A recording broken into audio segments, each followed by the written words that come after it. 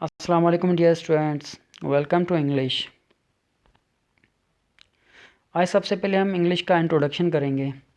जैसे कि आपको पता है, इंग्लिश एक लैंग्वेज है और लैंग्वेज जो है वो बातचीत करने का ज़रिया होती है। हर इंसान की एक अपनी मादरी ज़ुबान होती है जो हम सही से समझ भी सकते हैं और बोल भी सकते हैं। जैसे हमारे सिंधी लैंग्वेज है या उर्दू है, जिसको हम आसानी से बोल सकते हैं और आसानी से समझ भी सकते हैं। लेकिन जब हम एक न्यू लैंग्वेज सीखना शुरू करते हैं तो सबसे पहले हम उसकी ग्रामर सीखते हैं। ग्रामर में हमें ये पता चलता है कि वो जो वर्ड्स हैं वो कैसे बने हुए हैं और वर्ड्स आपस में मिलकर एक कंप्लीट सेंटेंस बनाकर हमें कैसे बात समझ आती है कि इस सेंटेंस में या इन वर्ड से हमें क्या मैसेज मिल रहा है, हम क्या मैसेज दे रहे हैं।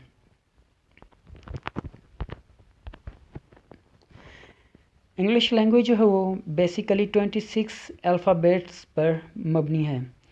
जो 26 अल्फ़ाबेट्स हैं वो आपको नीचे एक चार्ट दिया हुआ है, उसमें जो है 26 अल्फ़ाबेट्स आपको नज़र आ रहे होंगे, जिसको हम नॉर्मली ABC भी कहते हैं। इंग्लिश लैंग्वेज के जो अल्फ़ाबेट्स हैं उनको दो कैटेगरीज में डिवाइडेड किया गया है, वाउल्स एंड कॉन्सोनेंट्स। सबसे पहले हम कॉन्सोनेंट्स के बारे में पढ़ेंगे। इंग्लिश लैंग्वेज के जो अल्फ़ाबेट्स हैं उनमें 21 कॉन्सोनेंट्स हैं।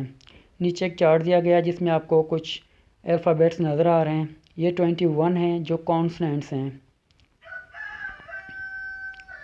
उसके बाद आपको पता चल गया होगा कि ये लास्ट जो हमने चार्ट देखा उसमें कुछ अल्फ़ाबेट्स जो थे वो मिसिंग थे। 5 अल्फ़ाबेट्स मिसिंग थे। जो 5 मिसिंग अल्फ़ाबेट्स थे उनको हम वाउल्स कहते हैं। नीचे एक चार्ट दिया गया जिसमें आपको वाउल्स नज़र आ रहे होंगे, जो हैं A, E, I, O and U। इनको हम वाउल्स कहते हैं। वाउल्स जो हैं उनमें कुछ सेमी वाउल्स भी होते हैं जो समटाइम्स जो वो कॉन्सोनेंट्स की साउंड देते हैं और समटाइम्स वाउल की साउंड देते हैं, जो हैं W और Y। W और Y जो हैं वो समटाइम्स कॉन्सोनेंट्स होते हैं और समटाइम्स वाउल होते हैं। अब हमें कैसे पता चलेगा कि ये W और Y जो है वो कहाँ पर कॉन्सोनेंट्स की साउंड देता है और कहाँ पर जो है वो वाउल की साउंड देता है?